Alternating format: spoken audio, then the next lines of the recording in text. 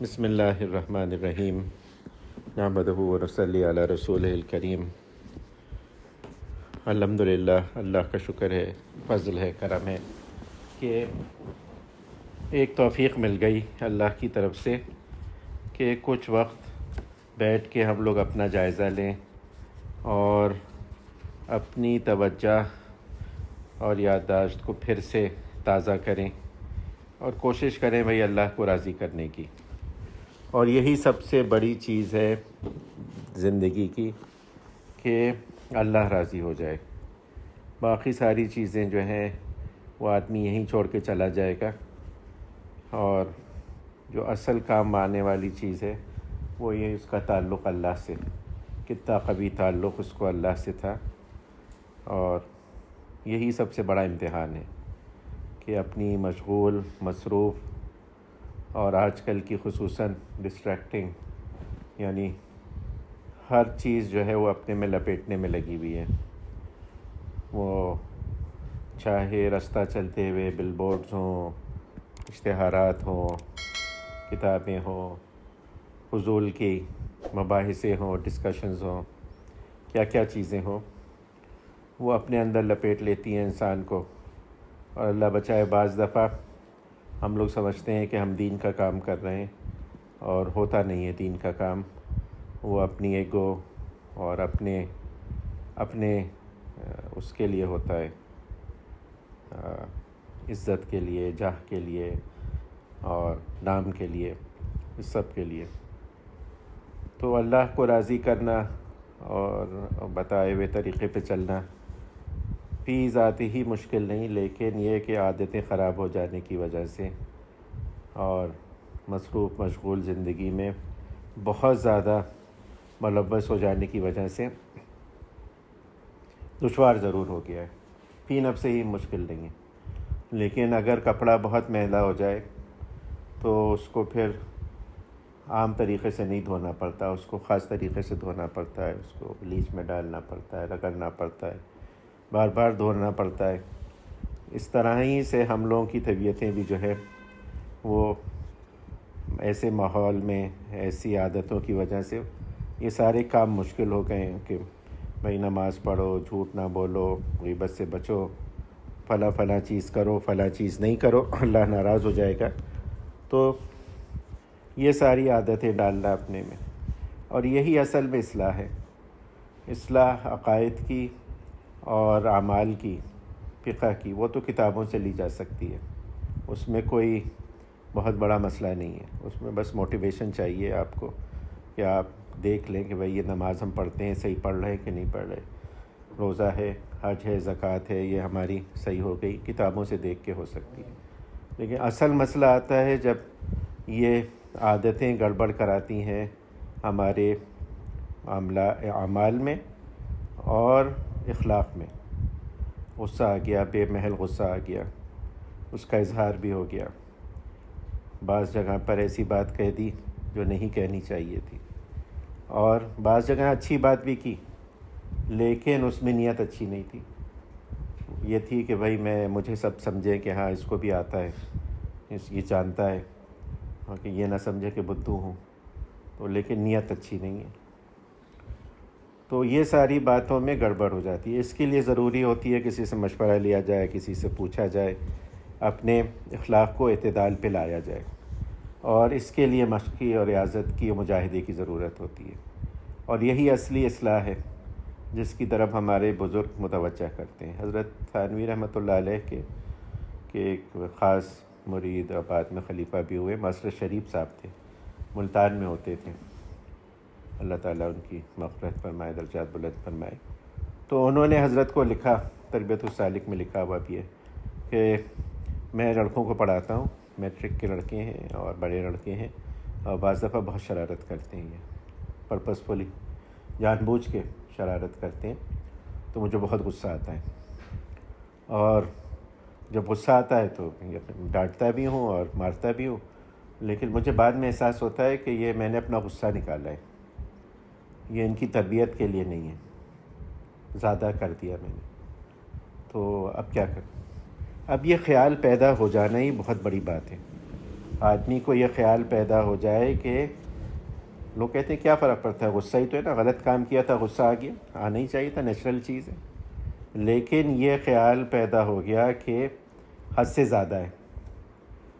اور دوسرا یہ کہ یہ بچوں کے فائدے کے لیے نہیں ہے، اللہ کی رضا کے لیے نہیں ہے، بلکہ یہ تو میرا جو انہوں نے وہ کیا ہے، میری سیلف رسپیکٹ کو یا میری رتبے کی وجہ سے میری عزت نہیں کی، میرے سامنے بدتمیزی کی ہے، تو اس کا بدلہ نکال رہا ہوں میں.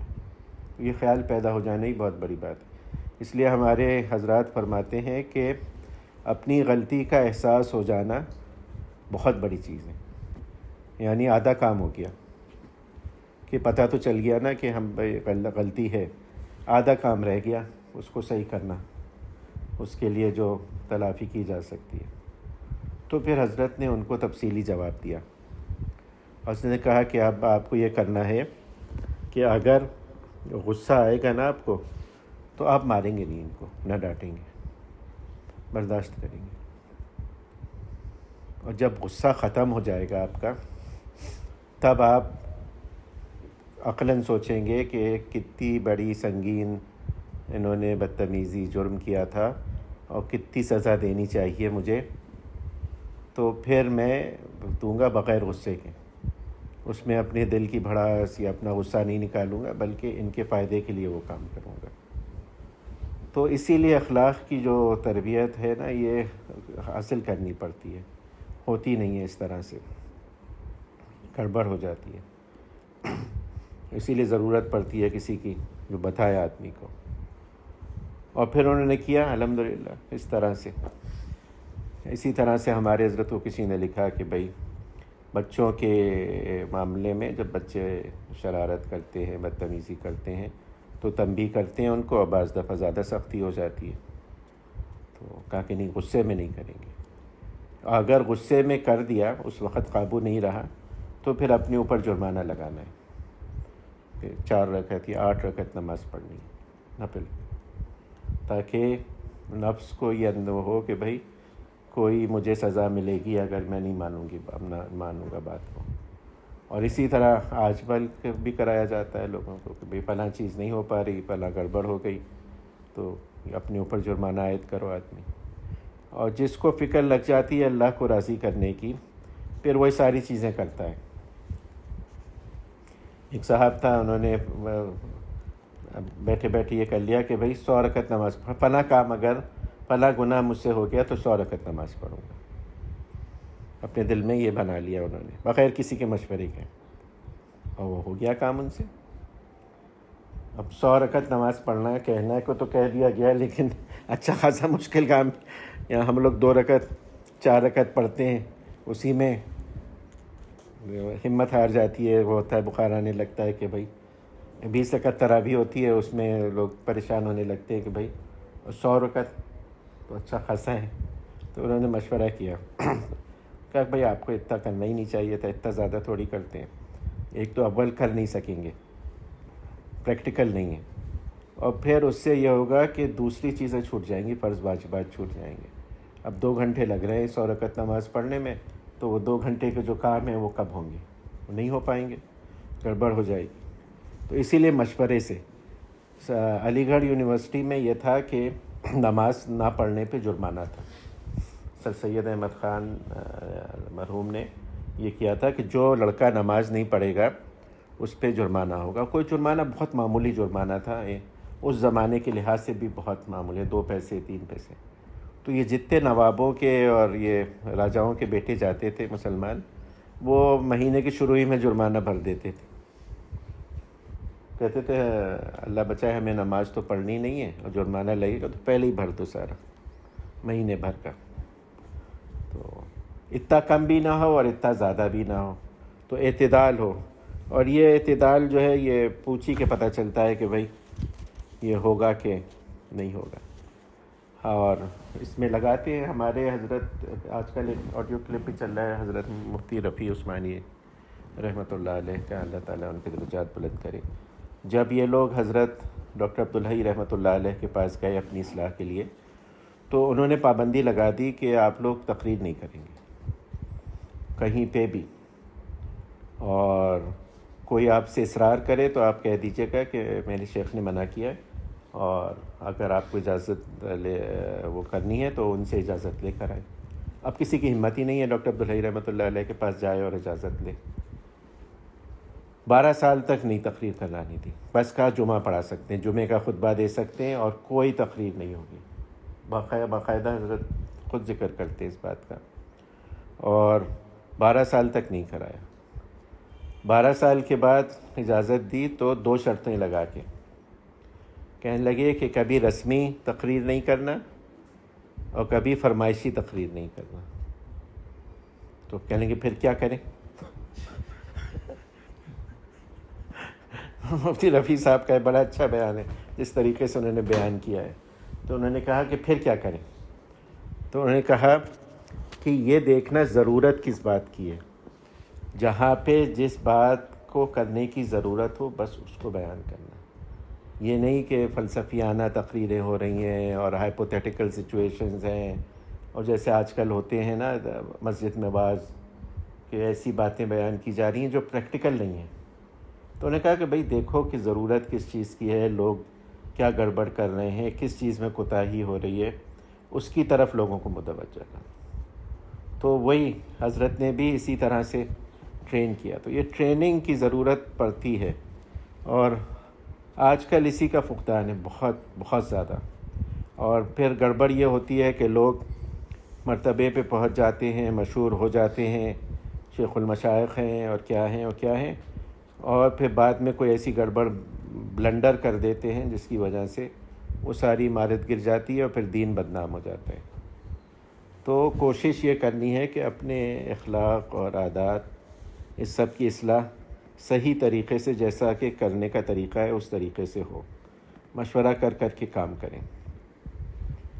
آج کل ایک بہت بڑا مسئلہ جو ہے، ابھی پہلی دفعہ زندگی میں میری ملاقات ہوئی، سر سیفی ہیں، ایک بہت مشہور میریٹوریس اسکول کے جو فاؤنڈر ہیں نا، ڈاکٹر سیف الدین یا سیف الرحمن کچھ اس طرح کر کے، وہ ہیں بہت ایجوکیٹر ہیں، بہت بڑے، اور ڈاکٹر ہیں، لیکن اس کے باوجود سے پڑھاتے ہیں، پورا chain of school and coaching centres کھولی ہوئی ہے بچوں کو ڈائریکٹ کرنے کے لیے اور بچوں کو وہ کرنے کے لیے۔ تو ان سے بات ہو رہی تھی تو فرما رہے کہ آج کل جو سب سے بڑا مسئلہ ہے نا، وہ یہ ہے کہ ورک اور لائف بیلنس وہ نہیں ہے بالکل بھی۔ کام پہ لگے ہیں تو کام پہ لگے ہوئے ہیں، زندگی کا مقصد صرف کمانا رہ گیا ہے۔ وہ کما کے کب خرچ کریں گے وہ موقع ہی نہیں آتا، کمانا ہی مقصود ہو گیا ہے، اور آدمی اس کو سمجھتا ہے کہ بس کمانا ہے کمانا ہے کمانا ہے کمانا، اور کس کے لیے؟ بچوں کے لیے۔ وہ بچے جن کی آپ تربیت نہیں کر رہے، ان کو ٹائم نہیں دے رہے، وہ بچے آیاؤں پر اور ملازموں پر اور باہر کے اسکولوں میں پڑھ پڑھ کے بڑے ہو رہے ہیں، پھر وہ بچے والدین کی وہ قدر نہیں کرتے جو کرنی چاہیے۔ تو یہ چیز بالکل بھی نہیں ہے۔ ہاں، پورا زندگی کا فوکس ہو کے رہ گیا ہے کہ بھئی میں ڈاکٹر ہوں، میں انجینئر ہوں، میں فلاں ہوں، بس میں کماؤں گا، میں صنعت کار ہوں، تاجر ہوں، میری زندگی کا مقصد کمانا۔ تو ابھی پچھلے دنوں میں بیٹھا ہوا تھا حضرت کے پاس، تو ایک صاحب کا خط آیا کہ میں نوکری پر ہوں، فلاں ہے فلاں چیز ہے، الحمدللہ گزارا ہو رہا ہے، اب مجھے موقع مل رہا ہے کہ میں مزید کاروبار کر سکتا ہوں اپنے، لیکن اس میں یہ ہوگا مصروفیت تھوڑی بڑھ جائے گی۔ تو نے کہا بالکل ضرورت نہیں ہے، بالکل ضرورت نہیں ہے۔ اگر آپ کا گزر اوقات ہو رہا ہے صحیح طریقے سے اور کوئی تنگی نہیں ہے، تو آپ کو چاہیے کہ کچھ کا وقت جو ہے وہ آپ کا مخصوص ہونا چاہیے آپ کی فیملی کے لیے، گھر والوں کے لیے، اور کچھ وقت آپ کا ہونا چاہیے اللہ کے لیے، خلوت مع اللہ، آپ ہوں اور اللہ۔ اور اس کا ہے ہی نہیں، تصور ہی نہیں ہے۔ 3 ڈومینز چلنا ہے آدمی کے اڈلٹ ٹائپ میں، کہ بھئی کام ہے، کمانا ہے، گھر ہے، اور پھر اللہ سے تعلق ہے۔ آج کل بس یہ ہو گیا کہ بھئی کمانا کھانا ہی ہے بس، اور کچھ ہے ہی نہیں۔ پوری بھاگ دوڑ ہر چیز جو ہے بس اسی کے لیے ہے۔ فیملی کو امپورٹنس نہیں دیتے تو فیملی بھی نگلیکٹ ہو جاتی ہے، بچے بھی نگلیکٹ ہو جاتے ہیں. تو یہ چیز لانا، اور یہ چیز لانا تھوڑا مشکل بھی ہے، کیونکہ نا اس کے لیے اچھی خاصی گائیڈنس چاہیے ہوتی ہے آدمی کو. اور ہمارا عقیدہ ہے کہ بھائی تقدیر جو ہے نا اللہ کی طرف سے ہے، رزق جو ہے وہ بڑھ چکا ہے. ازل میں اللہ نے لکھ دیا ہے کہ ڈاکٹر حنیف کا رزق کیا ہوگا، فرخ صاحب کا کیا رزق ہوگا، اس کا کیا رزق ہوگا، لکھا ہوا ہے. وہ مل کے رہے گا، کوئی مرتا نہیں ہے جب تک کہ اس کا رزق مکمل نہ ہو جائے. اور ہم سمجھتے ہیں رزق رکھا ہوا ہے فلاں جاب میں، فلاں مرتبے میں، دبئی میں، امریکہ میں، کینیڈا میں، کہاں پہ رزق رکھا ہوا ہے، اور اس کے علاوہ کہیں ملے گا نہیں. اور ایسے لوگ ہیں یہاں پر جو کہ آپ امیجن نہیں کر سکتے کہ بظاہر انہوں نے کوئی ایسا طریقہ نہیں اختیار کیا جس کو ہم سمجھتے ہیں کہ اس سے ان کا رزق ملے گا، یعنی کوالیفیکیشنز وائز یا باہر جانا یا پوسٹ کوالیفیکیشنز یا کچھ ایسے کچھ نہیں کیا. لیکن بہت سے باہر سے بیٹھے ہوئے لوگوں سے زیادہ کما رہے ہیں، کھا رہے ہیں. تو یہ رزق کا معاملہ جو ہے نا یہ اللہ نے اپنے ہاتھ میں رکھا ہے، اور اس میں نا بڑے اسرار ہیں اللہ کے، اور ٹیسٹنگ بھی بہت زیادہ ہے. اور حضرت عبد القادر جیلانی رحمۃ اللہ علیہ اتنے بڑے بزرگ، وہ فرمایا کرتے تھے کہ جب تم کسی مصیبت میں، تنگی میں، کسی چیز میں پڑ جاؤ، اور جو پہلا خیال تم کو آئے نا وہ تمہارا معبود ہے. کوئی تنگی آئی، کوئی مشکل آئی، کوئی پریشانی آئی، تو دماغ میں آیا کہ فلاں ہے، پیسہ ہوگا تو ہو جائے گا. علاج، مرض آیا. ابھی ہمارے وہ نہیں ہے ڈاکٹر حضرت عرفان صاحب جدہ والے، کولن کا کینسر 2 سال پہلے ہوا تھا. اب بیچارے آئے ہیں، وہ میٹاسٹاسائز کر گیا، سب جگہ پھیل گیا. اب مرض آیا، مرض میں پہلی خیال یہ آیا کہ فلاں جگہ پناہ صاحب کو اپروچ کروں کہ وہ کرا دیں گے علاج. تنگی آئی، مصیبت آئی پیسے کی، فلاں. ہونا یہ چاہیے کہ اللہ کی طرف خیال جانا چاہیے. تو یہ خیال ہمارا ہو جائے درست، ہم اللہ کی طرف ہر بات میں رجوع کرنے لگیں. اسی لیے ہمارے حضرت بار بار فرماتے ہیں کہ بھئی عادت ڈالو دعا کی. جو بھی خیال آئے، جو بھی پریشانی، جو بھی تشویش، جو بھی چیز آئے دماغ میں کہ یہ کیسے ہوگا، فوراً دل میں دعا کر لو. اور مثال کے طور پہ یہی کہتے تھے کہ بھی فلاں جگہ جانا ہے، تو جیسے ابھی آپ لوگ نکلیں گے، گھر جانا ہے، خیریت کے ساتھ پہنچ جاؤں، کوئی ٹریفک جیم نہ ملے، کوئی حادثہ نہ ہو جائے، کوئی ایسی چیز نہ ہو جائے جو پریشان کرنے والی ہو. اسی لیے دل میں دعا کر لی. گھر پہنچوں تو سب خیریت ہو، کوئی پریشانی کی بات سننے میں نہ آئے. تو یہ ساری باتیں جو ہیں یہ حاصل کرنے کی ہیں اور پیدا کرنے کی ہیں. اور ہمارے حضرت بار بار یہی فرماتے ہیں. لوگ پوچھتے ہیں بھئی کس طرح پیدا ہوں گی؟ کہا کہ دعا کرو، اس کے لیے بھی دعا کرو، اور دوسری جو ہے وہ اچھی صحبت. اب اچھی صحبت کہاں سے آئے؟ تو کہا بھئی اچھی صحبت کا نعم البدل کتابیں ہیں بزرگوں کی، ان کے حالات، ان کے ملفوظات، انہوں نے جو باتیں کی. اور یہ باتیں وہ ہوتی ہیں جو نچوڑ ہوتی ہیں ان کی زندگی کا. یہ ایسے لوگ ہیں جنہوں نے ہزارہ لوگوں سے فیض حاصل کیا، اچھی باتیں پڑھیں، سنی، وہ اپنا ایکسپیرینس بیان کر رہے ہیں.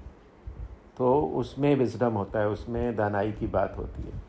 وہ صرف یہ نہیں ہوتا کہ ایک آدمی کا انڈیویجول اوپینین ہے، وہ ہوتا ہے کہ ایک سمری ہے 1000 چیزوں کی. تو اسی سلسلے میں کتاب پڑھتے ہیں ہم لوگ. پہلے حضرت کی، حضرت تھانوی رحمۃ اللہ علیہ کی پڑھتے تھے. آج کل پڑھ رہے ہیں ان کی، شیخ عبد الوہاب شیرانی، یہ مصر میں گزرے ہیں، اپنے صدی کے مجدد ہیں، بہت بڑے شیخ ہیں. تو فرماتے ہیں کہ ہم سے عہد لیا گیا کہ جس شخص کی عادت لڑنے، جھگڑنے اور حق بات کا انکار کرنے اور علمیت جتانے کی ہو، ہم اس کے ساتھ مناظرہ اور مباحث سے دلائل قائم کرنے کا برتاؤ نہ کریں. بعض لوگوں کی عادت ہوتی ہے کہ وہ لڑتے ہیں، جھگڑتے ہیں، اور کبھی بھی آپ کی بات نہیں مانیں گے. ان کا ایک اوپینین پہلے ہی سے ہوتا ہے. تو وہ کہہ رہے ہیں کہ بھئی ان سے بحث مباحثہ کرنے سے کوئی فائدہ نہیں ہے, کرنا بھی نہیں چاہیے, اپنا وقت ضائع کرنا ہے, کنونس نہیں کر سکتے. اسی لیے ہمارے حضرات فرماتے ہیں کہ ہر بات جو ہے وہ جواب دینے کے لائق نہیں ہوتی, اس میں بہت سی وجوہات ہوتی ہیں. بعض دفعہ وہ جواب جو ہوتا ہے نا, سوال جہالت پہ بیسڈ ہوتا ہے, اگنورنس پہ بیسڈ ہوتا ہے. جب بھی کویشچن اٹھتا ہے نا تو اس کا جو بیسس ہوتا ہے وہ یہ ہوتا ہے کہ کوئی چیز معلوم نہیں ہے, کلیئر نہیں ہے, جہالت کی وجہ سے. لیکن آنسر ہمیشہ نا اس کے لیے نالج چاہیے ہوتی ہے, اس کو سمجھنے کے لیے بھی. اب ڈاکٹروں کے پاس جاتے ہیں ہم لوگ, ڈاکٹر ہر چیز آپ کو پوری ڈیٹیل میں نہیں بتاتا, وہ اپنا اوپینین بتا دیتا ہے کہ یہ چیز ہے. وہ سمجھتا ہے کہ جو مریض ہے اس میں اتنی صلاحیت نہیں ہے کہ یہ ڈیٹیل سمجھ سکے گا اس ساری چیزوں کو, اور میں سمجھاؤں گا نا اس کے وقت ضائع کروں گا اور کچھ نہیں ہوگا. تو اس کے حساب سے. اور بعض لوگ ہوتے ہیں وہ سمجھنے کے لیے تیار ہی نہیں ہوتے, ان کا ایک پہلے سے اوپینین ہوتا ہے. اور آج کل کے دینی مباحث میں یہی ہوتا ہے, لوگ بہت الجھتے ہیں بدعتی حضرات سے, غیر مقلدین سے, اور دوسرے جو وہ اوپینین نہیں رکھتے. آج کل فتنے بھی تو بہت زیادہ ہیں نا, تو ان سے کہ بھئی ان کو کنونس کرنے کی کوشش کریں اور بتائیں کہ یہ ہے. بے فائدہ, بالکل بھی فائدہ نہیں ہوتا. اور اس میں ہوتا یہ ہے کہ اخلاص بھی نہیں ہوتا, دونوں طرف اخلاص نہیں ہوتا. ہم لوگ اس چکر میں رہتے ہیں کہ اس نے جو بات کی نا یہ ہمارے نظریے, ہمارے اس کی وجہ سے خلاف ہے, تو اپنی اس کی وجہ سے اس کا جواب دینے لگتے ہیں. اس وجہ سے نہیں کہ یہ غلط بات ہے, اللہ اور رسول صلی اللہ علیہ وآلہ وسلم جو دین لائے اس کی وجہ سے. تو حضرت یہی فرما رہے ہیں کہ ایسے لوگوں سے لڑنے جھگڑنے اور حق بات جو کا انکار کر رہے ہیں ان سے مباحثہ کرنے کی بالکل بھی ضرورت نہیں, مگر جب کہ ان کا نفس ٹھنڈا ہو جائے. کیونکہ ایسا آدمی کا نفس جب جوش میں ہوتا ہے تو وہ حد سے بڑھنے لگتا ہے, اور جو کوئی اس کی عقل و فہم کا مقابلہ کرے اس کی آبرو چاک کرتا ہے, چاہے اس کا اپنا شیخ ہی کیوں نہ ہو. بلکہ ہمیں ایسے شخص کے ساتھ احسان اور تعظیم کا اور اس کے ہم اثروں میں اس کی خوبیوں پھیلانے کا برتاؤ کرنا چاہیے, یہاں تک کہ جب وہ ہماری طرف محبت کے ساتھ مائل ہو جائے. اس کے بعد پوشیدہ طور پر بدون تعین کے دوسروں کے حق میں مثالیں بیان کر رہے.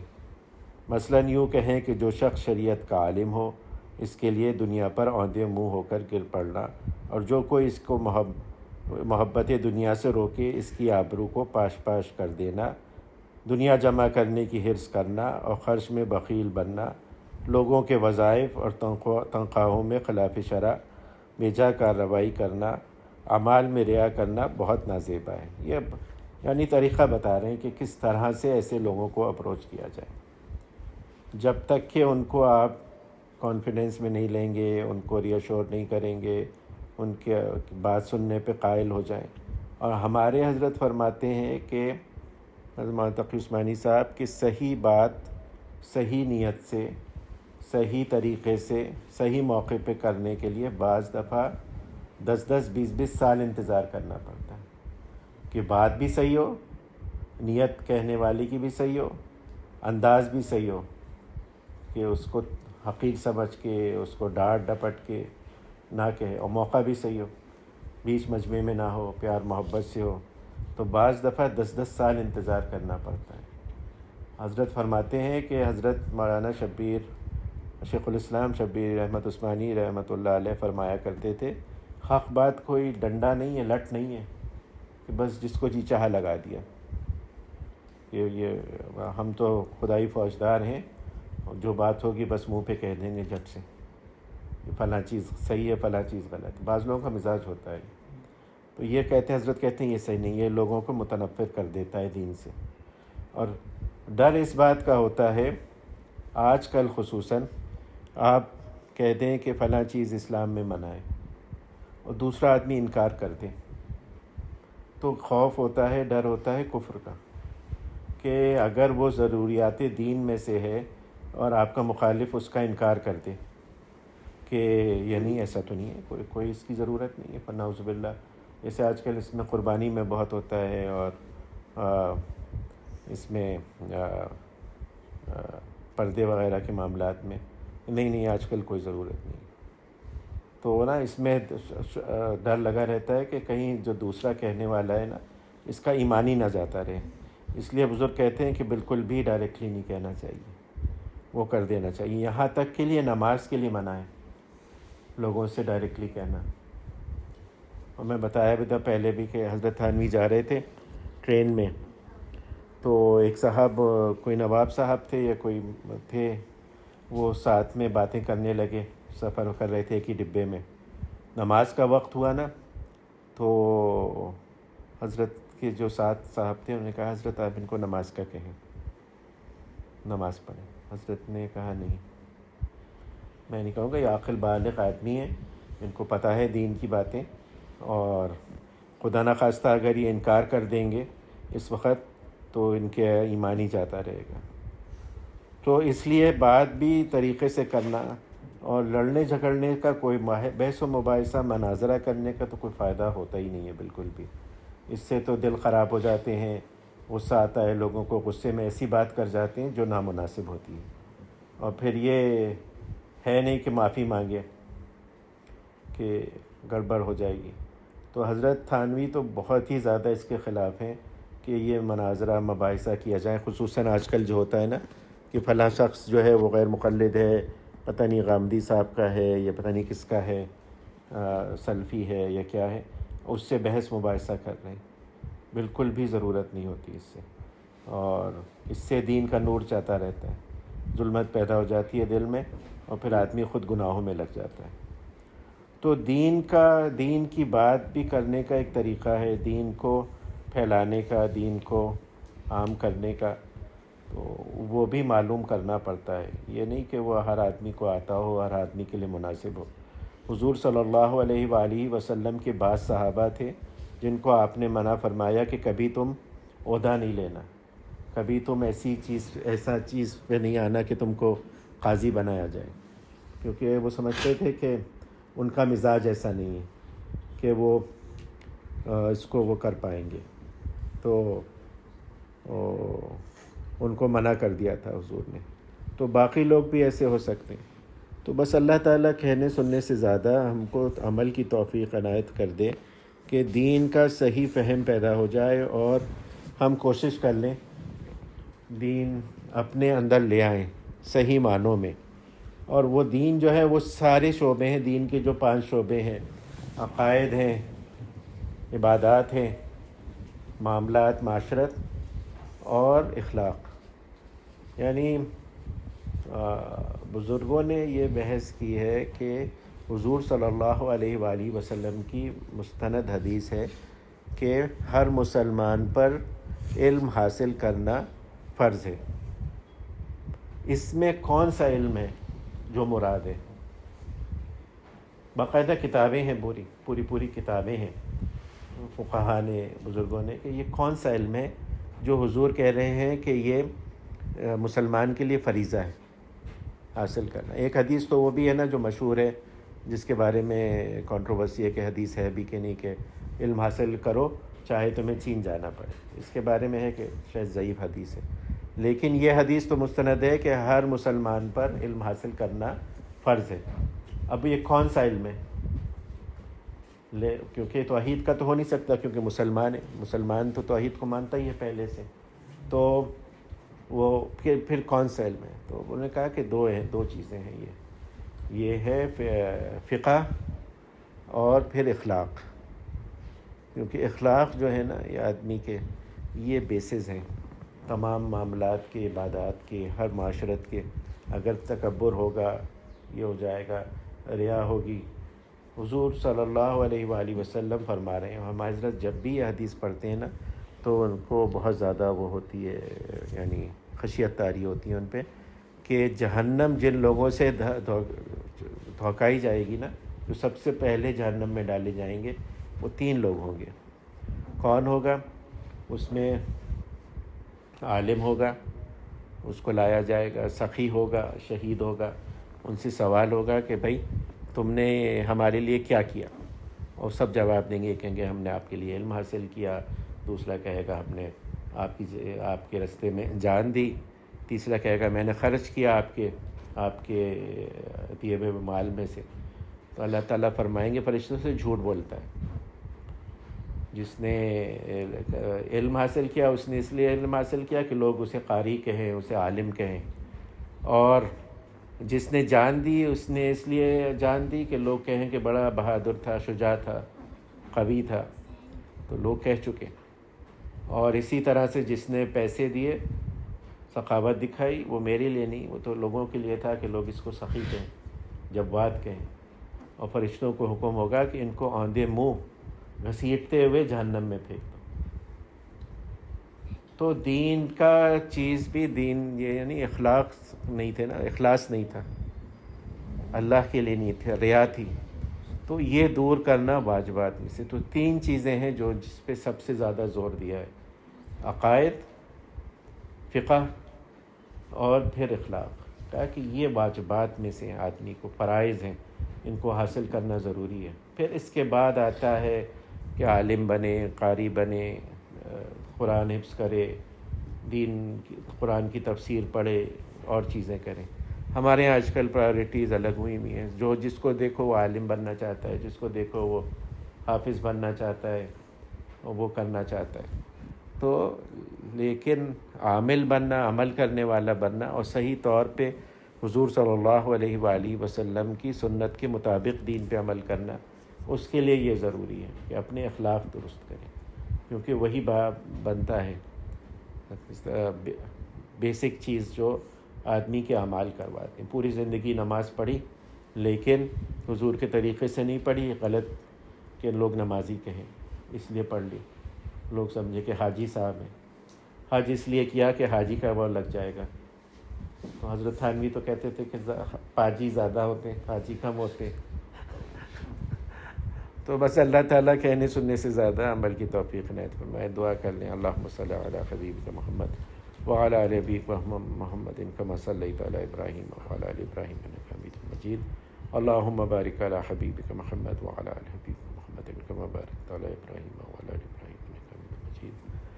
یا اللہ یا رحمان یا رحیم یا غیاث المستغیثین یا مانع المستجیبین، ربنا آتنا فی الدنیا حسنۃ وفی الآخرۃ حسنۃ وقنا عذاب النار۔ ربنا ظلمنا انفسنا وان لم تغفر لنا وترحمنا لنكونن من الخاسرین۔ ربنا لا تؤاخذنا ان نسینا او اخطانا، ربنا ولا تحمل علينا اصرا كما حملته على الذين من قبلنا، ربنا ولا تحملنا ما لا طاقة لنا به واعف عنا واغفر لنا وارحمنا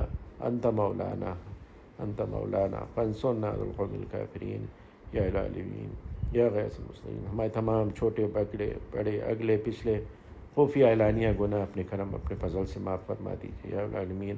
ہم کوئی عذر نہیں کرتے، کوئی تعویل نہیں کرتے، ہماری نالائقی ہے، ہم سے گناہ ہو گئے، معاف فرما دیجیے۔ آپ نے معاف فرمائیں گے تو کون معاف فرمائے گا یا العالمین۔ آئندہ کے لیے بچنے کی توفیق و ہمت عنایت فرمائیے، عزم قوت عنایت فرمائیے، ہمارے لیے آسان کر دیجیے۔ جو ذرائع ہیں گناہ کے وہ اتنے عام ہو گئے ہیں، فون ہے، انٹرنیٹ ہے، کیا کیا چیزیں ہیں، اب یہ ساری چیزیں ہم بار بار پھسل جاتے ہیں۔ ہمارے لیے آسان کر دیجیے، ہمارے لیے آسان کر دیجیے، ہمارے لیے آسان کر دیجیے گناہ سے بچنا یا العالمین۔ ہم غلطی سے پھسل جائیں تو ہمیں واپس توبہ کرنے کی توفیق، واپس رستے پہ لے آئیے، توبہ کی توفیق عنایت کیجیے۔ ان لوگوں میں سے نہ کر دیجیے جو نڈر ہو کر بے باکانہ طور پہ باغی ہو کے گناہ کرتے یا العالمین۔ ان لوگوں میں سے کبھی بھی ہم لوگوں کو مت کیجیے۔ دین کا صحیح فہم پیدا فرما دیجیے۔ ہم آپ کے دین کے رستے پہ چلنا چاہتے ہیں، نفس شیطان غالب آئے، اس رستے کی جو رکاوٹیں ہیں انہیں دور فرما دیجیے یا العالمین۔ آپ سے تمام وہ خیر مانگتے ہیں جو آپ کے حبیب حضرت محمد مصطفیٰ صلی اللہ علیہ وآلہ وسلم نے آپ سے مانگی، اور تمام اس شر سے پناہ مانگتے ہیں جس سے آپ کے حبیب حضرت محمد مصطفیٰ صلی اللہ علیہ وآلہ وسلم نے پناہ مانگی۔ وانت المستعان وعلیک البلاغ ولا حول ولا قوة الا باللہ۔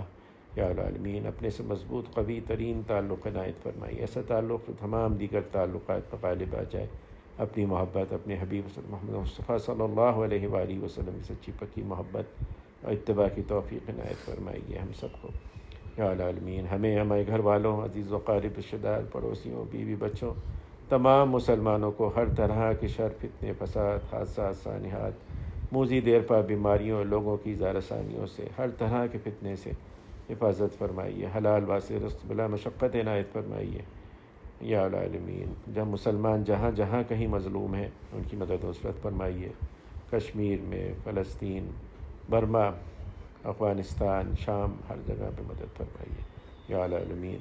اللہم اغفر لامت محمد صلی اللہ علیہ وآلہ وسلم، اللہم فرج عن امت محمد صلی اللہ علیہ وآلہ وسلم، اللہم ارحم امت محمد صلی اللہ علیہ وآلہ وسلم یا العالمین۔ جو مانگا وہ عنایت کر دیجیے، جو مانگنا چاہیے تھا یاد نہیں آیا، ہمارے لیے مناسب ہے، بہتر ہے وہ بھی اپنے کرم و فضل سے عنایت فرما دیجیے، اور سب سے بڑھ کر یہ کہ ہم سب کو اپنے اولیاء میں عافیت کے ساتھ شامل فرما لیجیے۔